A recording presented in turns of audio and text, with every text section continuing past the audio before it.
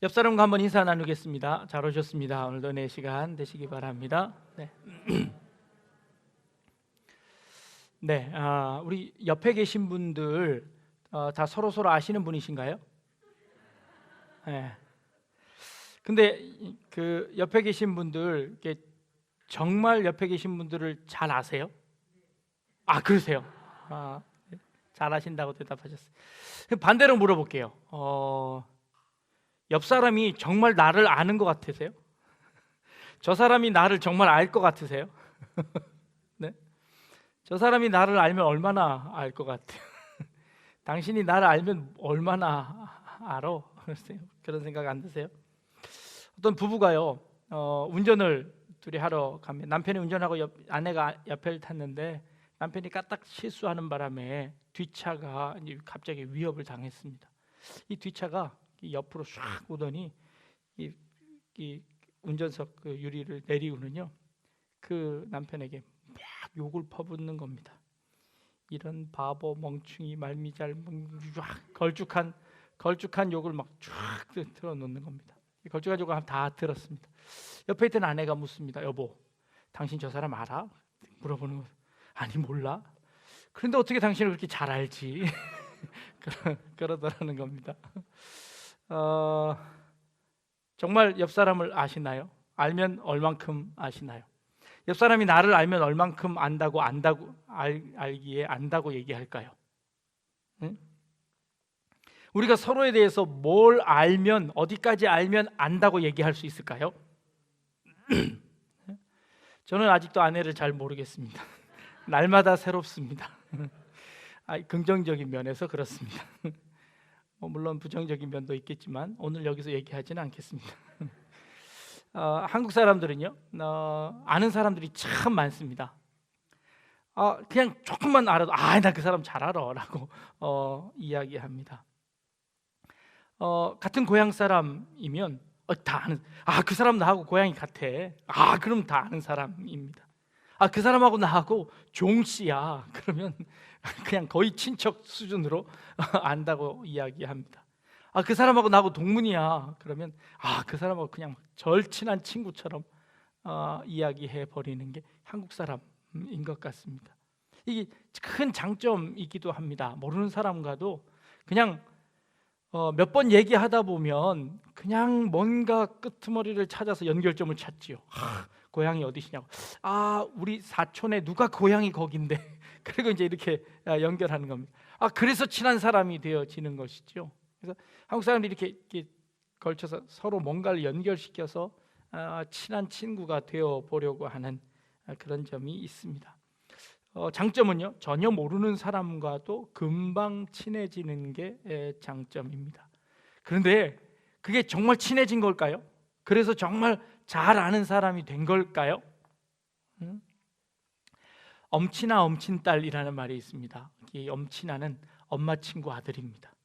엄마 친구 아들은 대학을 여기 갔대. 엄마 친구 아들은 이런 것도 했대. 엄마 친구 딸은 어버이날 이것도 선물했대. 이게 그 엄마 친구의 아들, 딸을 엄마가 알까요? 모를까요? 네, 전혀 모르지요. 엄마 친구 아들이 어떤 사람인지, 뭐 하는, 뭘 좋아하고 뭘 전혀 모르는데 그저 한마디 들은 것 가지고 마치 잘하는 것처럼, 마치 최고인 양, 마치 최선을 다하는 그런 사람인 양 우리는 그렇게 아는 것처럼 이야기하고 산다는 겁니다. 근데 실제로는 그 사람에 대해서 전혀 모르고 살아가지요. 타인과 만났을 때 그 사람에 대해서 판단하는 것은요, 첫인상이 약 70%를 좌우한답니다. 그러니까 그 사람을 눈에 딱 보는 순간 그 사람에 대해서 70%는 판단을 이미 끝내놓은 겁니다. 그래서 그 사람이 무슨 말을 하든, 첫인상이 좋으면 무슨 말을 하든 좋게 느껴지는 거고, 첫인상이 나쁘면 무슨 말을, 좋은 말을 해도 그 사람이 기분 나빠지는 겁니다. 그러면 첫인상은 뭐에 따라 결정될까요? 내 기분에 따라 결정되는 겁니다. 내가 기분이 좋을 때 만나면 그 사람은 첫인상이 좋을 확률이 굉장히 높습니다. 내가 기분 나쁠 때 만나면 그 사람은 첫인상이 나쁠 확률이 굉장히 많습니다. 결국 그 사람에 관해 판단하는 것은 내 기분 따라 판단하고 마는 겁니다. 그 첫인상을 바꾸기 위해서는 약 40시간 동안 최선을 다하면 조금 바뀌어진다고 합니다. 그 첫인상을 바꾸기 위해서 그렇게 노력하는 사람 별로 없습니다. 지가 나를 그렇게 생각하면 그렇게 생각하라고 하지, 그리고 신경 쓰지 않습니다. 그러면 그 두 사람은 훨씬 더 사이가 멀어질 겁니다. 혹시 여러분들과 사이 좋지 않은 사람이 왜 사이 좋지 않은지 한번 이유를 대보십시오. 3가지 이상 이유를 댈 수 있는지 한번 보십시오. 내가 왜 저 사람 싫어하지? 생긴 게 마음에 안 들어. 생긴 게 어때서 마음에 안 듭니까? 말하는 게 마음에 안 들어. 저 말투가 마음에 안 들어. 생각해 보십시오. 그게 정당한 이유인가요? 아니면 여러분들의 기분에 따라 달라지는 건가요? 우리 기분에 따라 달라지는 겁니다. 우리는 타인을 판단할 때 그렇게 내 기분에 따라, 내 생각에 따라, 내 형편에 따라 그렇게 판단해 버리는 거죠. 타인을 알 수 있는 가장 좋은 방법은 뭘까요? 내가 저 사람을 안다라고 이야기했을 때 얼만큼 알면, 어떻게 하면 저 사람을 제대로 알게 될까요? 어떻게 하면 저 사람을 안다라고 이야기할 정도만큼 될까요? 그래, 저 사람은 나에 대해서 정말 잘 알아 라고 이야기하려면 어떻게 해야 될까요? 여러분 스스로를 잘 아십니까? 여러분 스스로를 잘 아시나요? 자아는요, 나는 내 스스로 내가 어떤 사람이다 라고 생각하는 게 있죠. 나는 이런 사람이야 라고 스스로 생각합니다. 그런데 나는 이런 사람이야 라고 생각하는 그 사람과 타인이 저 사람은 그런 사람이야 라고 생각하는 사람이 같을까요? 다를까요? 전혀 다르죠. 전혀 다릅니다. 여러분, 혹시 여러분들이 말을 하고 그걸 녹음해서 들어보신 적이 있나요? 저는 제가 설교하고 이 설교한 파일을 잘 안 봅니다. 보면 되게 어색해요. 목소리도 내 목소리 아닌 것 같고 다른 사람 같고 굉장히 어색해요. 왜 그런 줄 아십니까? 내가 듣는 내 목소리하고 여러분들이 듣는 제 목소리하고가 다르기 때문입니다. 왜냐하면 저는 제가 말을 하지만 제 말하는 이 목소리가 제 몸속을 공명해서 귀로 들어갑니다. 그래서 바깥으로 나오는 소리와 내 속으로 들어가는 소리가 합해져서 제 목소리가 제게 들리는 겁니다.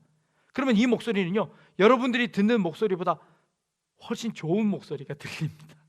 그러니까 저는 저 스스로 제 목소리가 참 좋다고 생각하는데 제 목소리를 듣는 여러분들은 어떻게 생각할지 저도 잘 모르겠습니다. 근데 어쨌건 여러분들이 듣는 제 목소리보다 제가 듣는 제 목소리가 훨씬 더 좋습니다. 근데 이 목소리를 여러분들에게 들려줄 수 있는 방법은 없습니다. 여러분들이 제 속에 들어오지 않는 이상 제가 제 목소리를 듣는 방법대로 여러분들에게 들려줄 수는 없다는 겁니다. 목소리마저도 그런데 실제로 내가 아는 내 마음과 여러분들이 보는 제 마음이 같을 수 있을까요?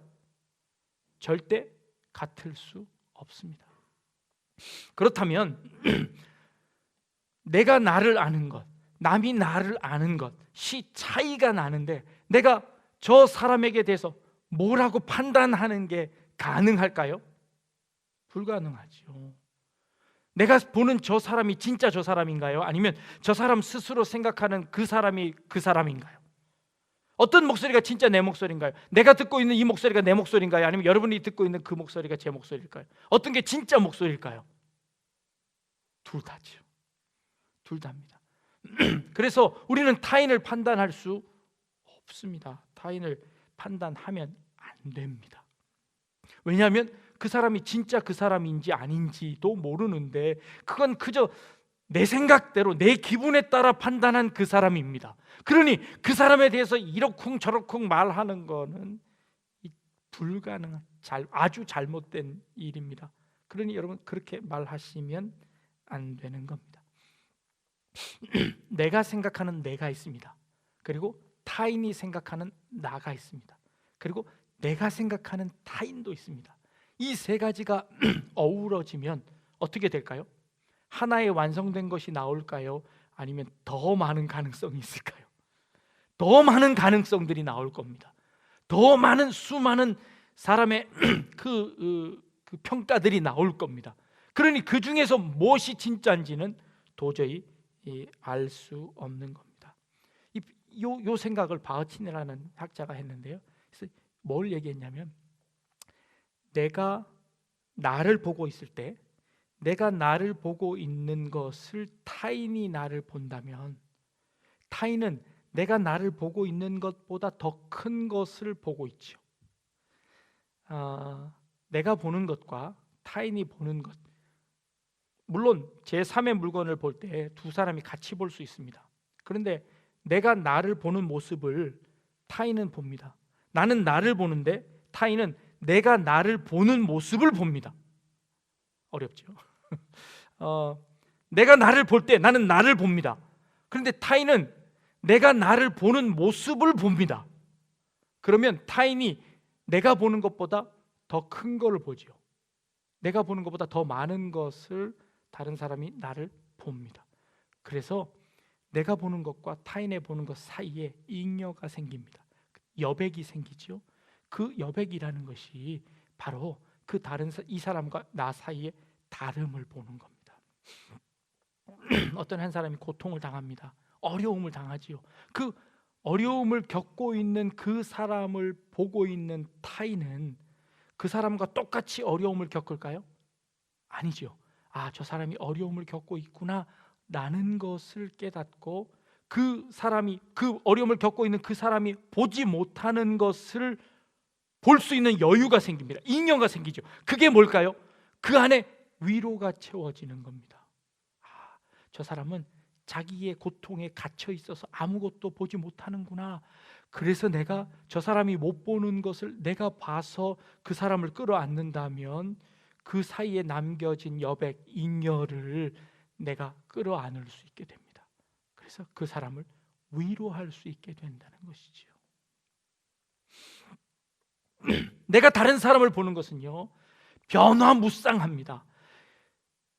그래서 내가 타인을 볼 때 타인은 무한에 가깝습니다. 왜냐하면 내가 이렇게 볼 때 타인은 그 다음 날은 다른 모습을 보이고 다른 모습을 보고 다른 모습을 보입니다. 그래서 이 레비나스라는 사람은요, 타인의 얼굴은 무한입니다라고 표현까지도 합니다.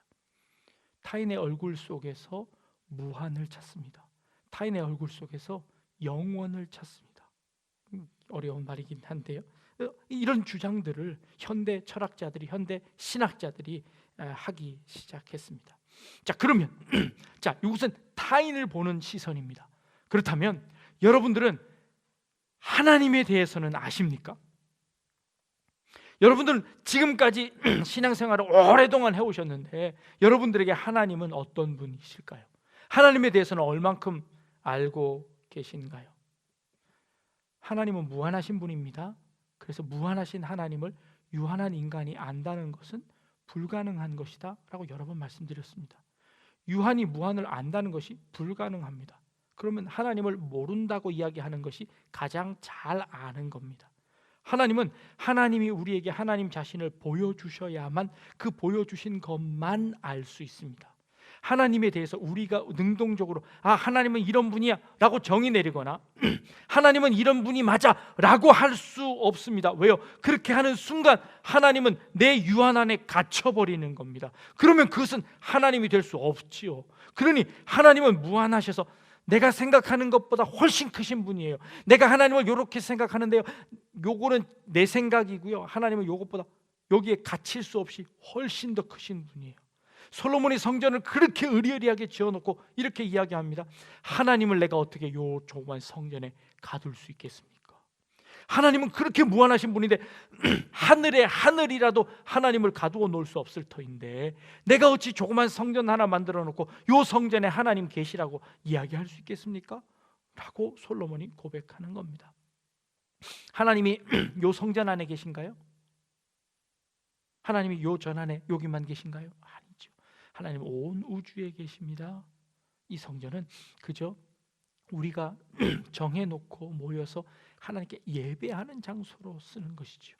우리의 이 유한한 이 몸은요, 우리의 유한한 이 지식은요, 하나님을 다 담을 수 없지요. 하나님은 그렇게 무한하신 분입니다. 그런데 그럼 무한하신 하나님 우리는 전혀 모른단 말입니까? 아니요. 하나님, 그 무한하신 하나님이 유한한 인간들이 이해하도록 하나님이 스스로를 우리에게 보여주셨습니다. 하나님이 보여주신 것이 무엇일까요? 로마서 1장 20절입니다. 창세로부터 그의 보이지 아니하는 것들, 우리가 볼 수 없는 것들, 그런 것들을 곧 그의 영원하신 능력과 신성들, 우리가 모르는 거죠.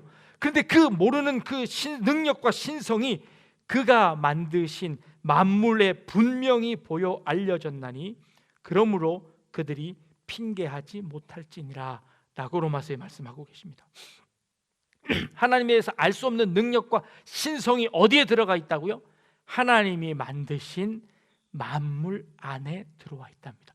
그래서 그 만물을 보면서 하나님을 어렴풋하게 보게 되는 겁니다. 그게 누굴까요? 여러분들입니다. 하나님의 형상을 따라 만든 우리의 몸입니다. 우리의 마음입니다. 그리고 똑같이 나와 같이 만드신 옆 사람입니다. 그래서 내가 나를 보는 것과 남이 나를 보는 것과 내가 남을 보는 것, 이 모든 것 속에서 하나님의 그 형상을 보는 겁니다. 하나님께서 만드신 그 섭리를 발견하는 겁니다. 그래서 아이 저 사람은 저래, 저 사람은 저래가 아니라 야 어떻게 저 사람은 저렇게 할 수 있지? 어떻게 저런 생각을 할 수 있지? 어떻게 저렇게 살아갈 수 있지? 너무 신기하지 않습니까? 저 사람은 어떻게 저런 생각을 할 수 있을까? 저 사람은 어떻게 저런 믿음을 가질 수 있을까? 저 사람은 어떻게 저렇게 살아가지? 신비한 겁니다. 날마다 바뀌어지는 겁니다. 날마다 변화하는 겁니다. 아니 그 변화가 너무 무쌍해서 무한한 겁니다. 이 무한하신 하나님의 모습이 결국 어디서 등장한다고요? 타인의 모습 속에서 등장하는 겁니다. 내 옆 사람의 모습 속에서 등장하는 겁니다. 하나님의 그 무한하신 그 사랑이 어디서 나타난다고요? 이 우주 자연을 통해서 나타나는 겁니다. 하나님의 그 섭리가 이 자연 속에 나타나는 겁니다. 하나님의 그 솜씨들을, 하나님의 섭리들을, 하나님이 보여주신 그 신성과 하나님이 보여주신 그 능력들을 발견하는 겁니다. 이게 신앙이고요. 이게 믿음이지 않겠습니까? 여러분들 옆에 있는 분들을 통해서 하나님을 발견하십니까? 다시 한번 쳐다보십시오. 아까 안 보였던 하나님이 보이시나요? 네? 아까 안 보였던 그 변화무쌍한 하나님을 느끼실 수 있으실까요? 우리가 그 하나님의 능력을 찾아내는 것, 이거 믿음의 능력입니다. 믿음의 실력입니다.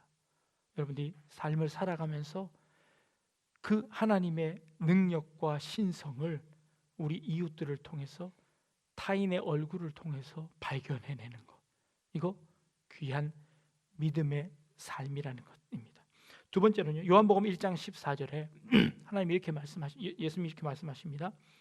말씀이 육신이 되어 우리 가운데 거하심에 우리가 그의 영광을 보니 아버지 독생자의 영광이요 은혜와 진리가 충만하더라 라고 말씀하십니다. 하나님이 친히 말씀이 되셔서 우리 육신 가운데 오셨답니다. 하나님이 하나님의 그 능력을 보여주시는데 누구를 통해 보여주신다고요?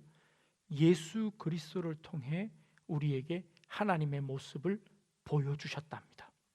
예수님의 삶을 통하여서, 예수님의 모습을 통하여서, 예수님이 우리에게 가르쳐주신 그 가르침을 통하여서 하나님이 누구신지를 우리에게 알려주셨다는 겁니다.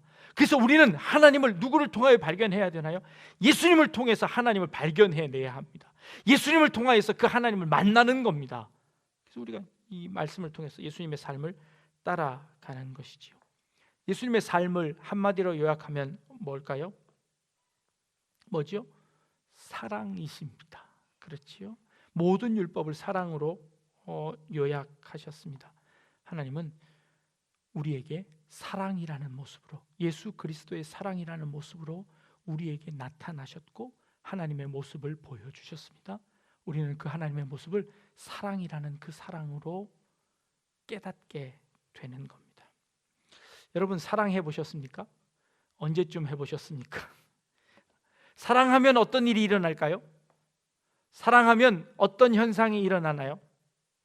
사랑하면 행복해집니다.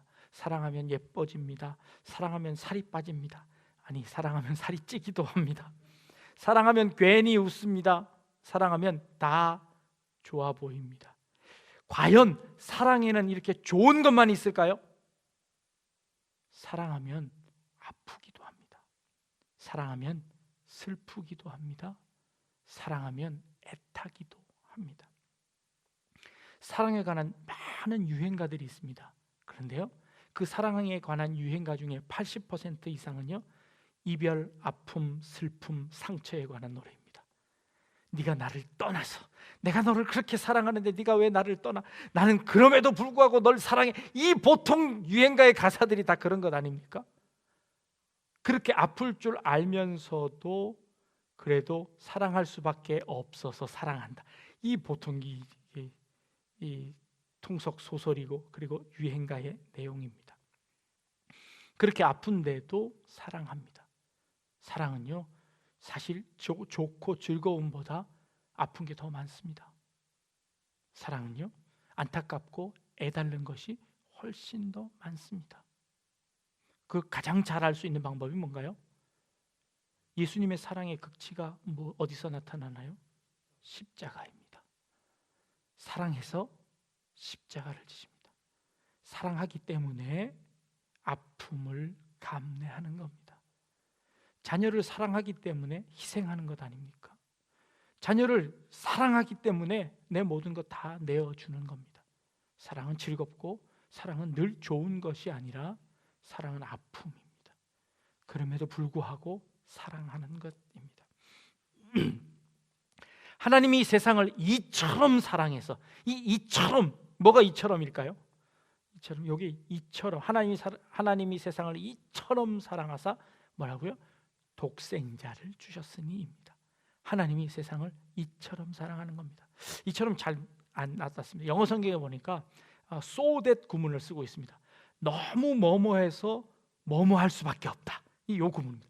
하나님이 너무 사랑하기 때문에 독생자를 주실 수밖에 없었다. 이게 요한복음 3장 16절의 말씀입니다. 너무 사랑하기 때문에 내가 그렇게 할 수밖에 없는 겁니다. 이게 하나님이 우리에게 나타나시는 모습입니다. 하나님이 우리를 너무 사랑하셔서, 그래서 가만히 둘 수 없어서 독생자 아들 예수 그리스도를 보내셔서 우리를 구원하시게 되었다. 이게 하나님의 사랑입니다. 그 사랑을 통하여서 하나님이 우리에게 드러나시게 되었다라고 이야기합니다. 에리 프롬이라는 사람이 사랑의 기술이라는 책에서 이렇게 이야기합니다. 사랑은요, 내가 사랑스러워서 받는 것, 나의 조건 때문에 사랑받는 것이 아니라 사랑은 사랑하는 능력입니다. 사랑하는 기술입니다. 라고 하는 것이 그 책의 요지입니다. 사랑은 내가 얼마만큼 사랑스럽기 때문에 누구로부터 사랑을 받는 것이 아니라 사랑은 사랑하는 능력입니다. 사랑하는 기술입니다. 내가 저 사람을 사랑하기 때문에, 그 사람을 사랑하기 때문에 이런 하는 겁니다. 그 사랑은 하는 것이다 라고 그가 설명하고 있습니다. 오늘 읽은 본문을 한번 넘어와 보려고 합니다. 오병이어의 본문입니다. 너무 잘 아는 본문이 따로 설명을 안 드려도 될 것 같습니다. 예수님이 복음을 전하는데요, 사람들이 너무 많이 몰려옵니다. 병자들이 너무 많이 옵니다. 일일이 그 병자들을 상담하고 치유하고 만져주시고 고쳐주시고, 그러다 보니까 예수님이 너무 피곤해지셨습니다. 그래서 제자들더러 우리 저 바다 건너편으로 한번 건너가자라고 말씀하시며 배를 타고 갈릴리 바다를 건너가십니다. 예수님은 배 타고 건너가셨는데요, 배를 탈 수 없었던 백성들은요, 그 갈릴리 바다를 삥 돌아서 예수님보다 먼저 와서 그 들판에 기다리고 있습니다. 그 예수님으로부터 병고침을 받기 위해서, 그리고 예수님으로부터 뭔가 얻을 게 있을까 해서 그 예수님에게 달려오는 사람들이었습니다. 그 사람들을 바라보시며 예수님이, 어떤 성경은 측은히 여기셨다, 어떤 성경에는 불쌍히 여기셨다라고 표현합니다. 이 오병이어의 기적은요, 사복음서에 모두 다 등장합니다. 14장, 6장, 9장, 6장, 이 사복음서에 공이 다 기록되어져 있는데 그 기록들마다 조금씩 차이점을 드러내고 있습니다. 그런데요, 그 사건들을 기록하면서 저자들이, 예수님이 그들을 측은히 여기고 불쌍히 여겨서 그들을 그냥 돌려보낼 수가 없었답니다. 그래서 예수님이 어떻게 하실지를 알고 계셨는데 예수님이 은근슬쩍 빌립에게 물어보십니다. 이 사람들을 다 먹이려면 어떻게 하면 될까? 하고 물어보셨습니다. 그랬더니 빌립이요, 머리가 아주 뛰어난 사람이었습니다. 문제가 탁 생기면 그 문제를 탁탁탁탁 해서 정답을 딱 내는 사람이었습니다. 예수님, 이 많은 사람들을 다 먹이려면요, 각 사람들로부터 돈을 한 푼씩 걷더라도 200데나리온이라는 돈이 있어야만 이 사람을 먹일 수 있습니다 라고 탁 대답을 합니다. 한 데나리온이 그 당시에 품꾼의 하루 품삯이었습니다. 한 1년 연봉쯤 되어집니다. 1년 동안 버는 돈을 다 쏟아 부어야만 이 많은 사람들을 조금씩이라도 먹여서 돌려보낼 수 있습니다 하고 정답을 냈습니다. 이 말은 뭘까요? 예수님, 불가능합니다. 정답이지요. 이건 정답입니다. 아니 교회가 이런 일을 할 수 못합니다. 그건 안 됩니다. 그건 절대 불가능합니다. 정답입니다. 교회가 할 수 있는 일들이 많지 않습니다. 믿음으로 할 수 있는 일이 많지 않습니다. 우리가 믿음을 가졌다고, 우리가 하나님을 안다고 그 하나님을 아는 그것으로 세상을 바꿀 수 있는 그 힘이 우리에게 없습니다. 그들에게 도움을 줄 수 있는 것이 없습니다. 교회가 무슨 자선단체입니까? 그 어려운 사람들 어떻게 다 책임집니까? 못합니다. 불가능합니다. 안 됩니다. 정답입니다. 못합니다.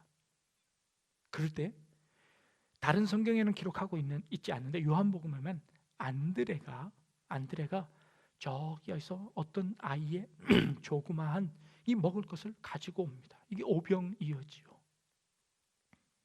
머리떡 5개와 물고기 2마리를 받아 갖고 오는 겁니다.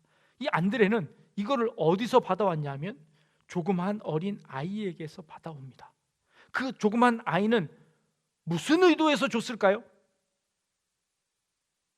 지금 200데나리온이나 있어야만 한 2천만 원쯤 있어야 이 일을 하는데 그거 못합니다. 빨리 돌려보내십시오 라고 이야기하는데 지금 아이가 예수님에게 안드레를 불러가지고 그 안드레에게 그 아이들가 먹는 조그만 도시락 하나 내려놓습니다. 그리고 그거 줍니다. 그럼 여러분 같으면 여러분 어떻게 하셔야 되나요? 얘야, 그거 그냥 너 먹어라. 그거 갖고 누구 코에 붙이니? 그거 그냥 조용히 저쪽 구석에 가서 너 혼자 먹어 라고 해야 정상 아닙니까? 그렇게 해야 정상 아닙니까? 근데 그 조그만 코올리게의 돈을 뺏어오는 건 도대체 무슨 심볼까요? 그리고 그 뺏어온 걸 가지고 예수님 앞에 내어놓는 것은 또 어떤 마음일까요?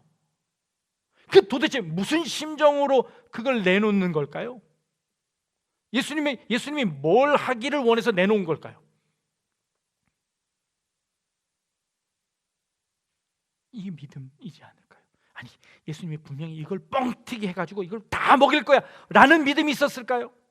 아니요. 절대 그런 믿음은 없었습니다. 예수님 미리 보여주시지 않았으니까요. 그런 믿음은 없었을 겁니다. 그렇다면 안드레가 원하는 것은 뭐였을까요? 안드레가 계획했던 일은 무엇이었을까요? 아무것도 없습니다. 그냥 그 아이의 조그만 손길을 외면할 수 없어서 받았습니다. 그 아이가 또렁또렁하게 쳐다보면서 그 안드레에게 이거 예수님 갖다 주세요. 내가 예수님 말씀 들으면서 큰 도전 받았는데요. 이거 예수님 좀 전해주세요.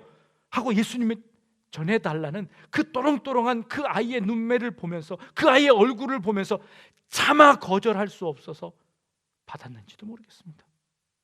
그리고 그거 버릴 수 없고 그거 아무데나 그냥 팽개칠 수 없어서 그 마음 받아서 그 마음 받은 걸로 예수님에게 갖다 주는 겁니다.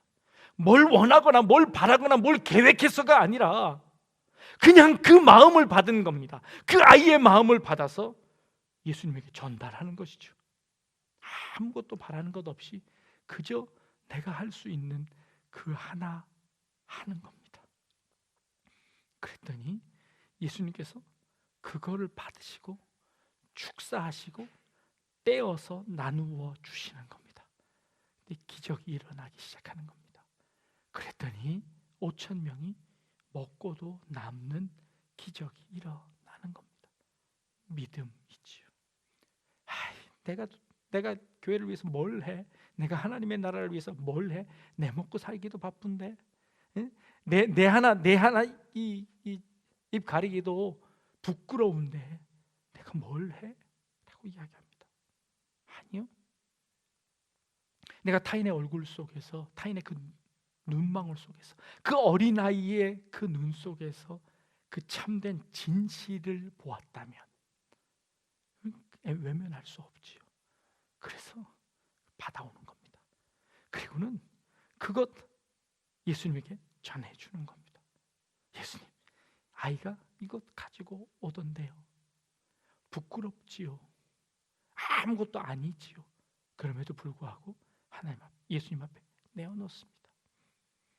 그 부끄러움 그리고 그 수치심을 억누르고 우리의 조그마한 삶의 한 발자국을 걷는 거, 이거 믿음이라고 이야기하고 싶습니다. 이거 신앙이라고 이야기하고 싶습니다. 이게 참된 하나님을 아는 것이라고 이야기하고 싶습니다. 그 조그만 아이의 얼굴 속에서 무한한 가능성이 담겨져 있습니다.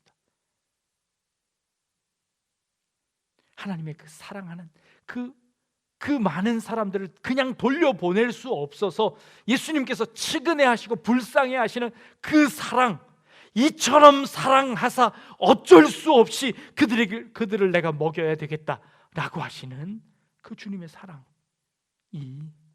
그 조그만 한 아이의 얼굴 속에서 창피함을 무릅쓰고 그것을 전달하는 안드레의 그 손길 속에서 그 무한한 하나님이 드러나시기 시작했습니다.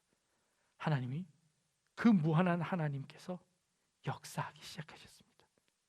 그리고는 그 놀라운 기적을 베푸시는 것입니다.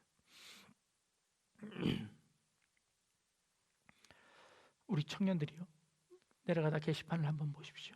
커피 한 잔 하루 아껴서 선교사님 돕겠답니다. 그래서 커피 한 잔 값을 카카오뱅크 누구누구에게 보내라고 적어놨더라고요. 커피 한 잔 값 하루 일주일 한 잔 안 마시고 기부하면 그걸로 쌀 조금 하고요, 뭘 좀 그 키트를 만들어서 그 네팔에 있는 우리 선교사님에게 보낸답니다. 그거 얼마 될까요? 별거 아닐 겁니다. 근데 그게 오병이어가 될 줄 누가 알겠습니까? 우리 청년들이 그렇게 생각한 것은요, 차기현 선교사님이 하루는 페이스북에다가 자신의 근황을 올렸습니다. 머리를 팍팍 밀었더라고요. 어디 나갈 일도 없고 성경만 봐야 되겠다 하고 머리를 빡빡 밀어가지고 완전히 갖고 앉아서 성경만 보는 모습을 올렸더라고요. 근데 그러다가 이 사태가 점점 길어지면서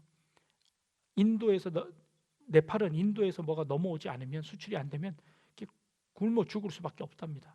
그래서 그 굶어 죽는 사람들에게 하루는 나가서 쌀 요만큼 담은 봉지를 한 20개 만들어서 가서 그 사람들 한 바퀴 삥 돌면서 그 쌀 한 봉지씩 주고 돌아왔다는 겁니다.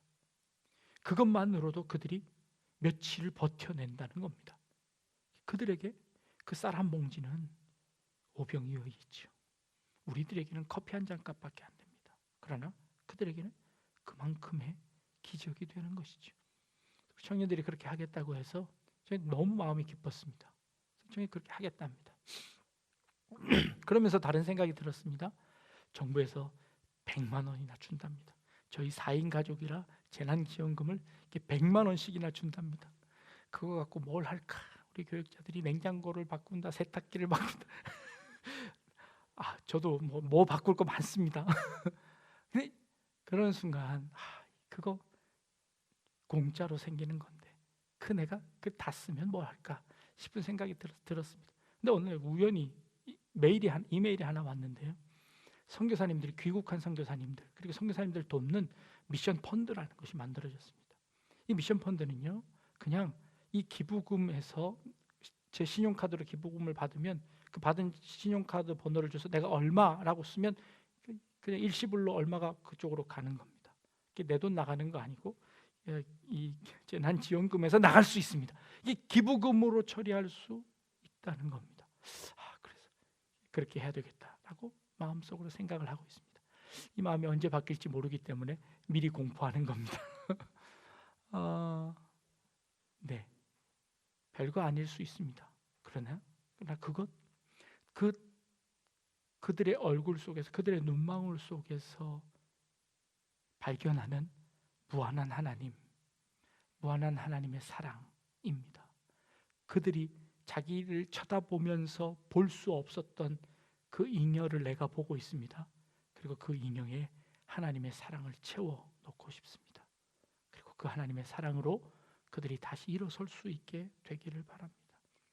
내가 힘들고 어려울 때, 그래서 다른 것이 보이지 않고 내가 내 자신만 몰두해 있을 그때에 나를 보고 있는 다른 사람은 안타까운 마음으로 나에게 위로하겠지요. 그 위로를 통해서 내가 위로를 받고 새 힘을 얻게 됩니다.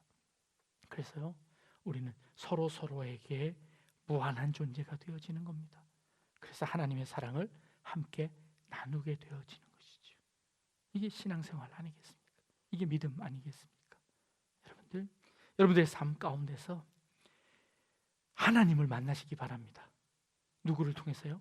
여러분들 옆에 있는 사람을 통해서, 그리고 하나님이 보여주신 사랑을 통해서 하나님을 온전히 만나고 체험하고 살아갈 수 있는 그런 우리 성도님들 다 되실 수 있기를 주님의 이름으로 축복합니다.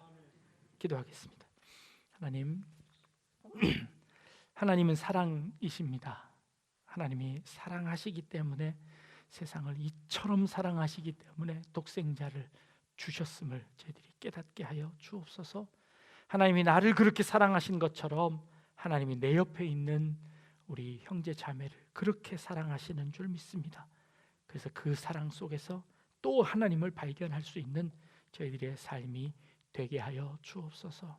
오병이어의 아주 조그만 것이지만, 그러나 외면하지 않고 거두어들였던 안드레의 믿음처럼, 그리고 예수님에게 조그만 것 드리려고 했던 그 아이의 믿음처럼, 그리고 그것 보시고 역사하시는 예수 그리스도의 사랑이 우리의 삶 가운데, 우리 교회 가운데, 이 나라와 민족 가운데 충만하게 넘쳐나는 일들이 일어나게 하여 주옵소서. 감사드리며 예수님의 이름으로 기도합니다. 아멘.